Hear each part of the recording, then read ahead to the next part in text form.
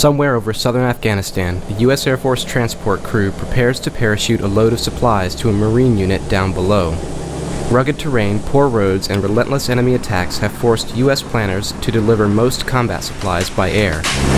You just don't have the lines of communication, the road structure that brings things here sufficiently. The aerial supply routes are just one of several logistical bottlenecks that threaten U.S. plans to add potentially tens of thousands of new troops to the 8-year Afghanistan war. The Pentagon budgeted $1.3 billion for new construction in Afghanistan for 2010, but much more could be required.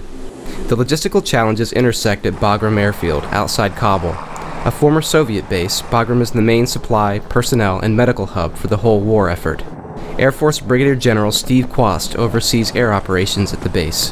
The facility here is the central hub of the development and the governance and the security of Afghanistan in this area. And what I mean by that is everything that comes into Afghanistan essentially comes in through air that has any short time requirement.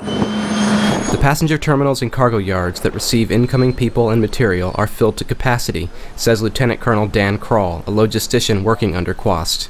Each day we move approximately 1,000 passengers a day, both inbound and outbound, as well as about 400 tons of cargo each day. Medical infrastructure represents another bottleneck. With mounting casualties, Bagram's military hospital, the biggest in Afghanistan, is working overtime. Hospital Commander Colonel Joe Chosinski says emergency cases are up 5 times compared to last year.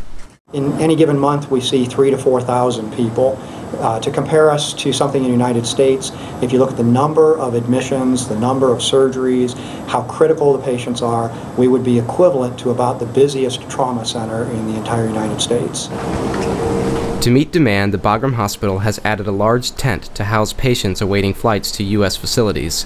Additional troops will need even more facilities, and the cargo to feed and supply those troops will require more flights and more storage facilities.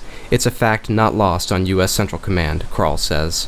They're aware of our backlog of personnel and cargo.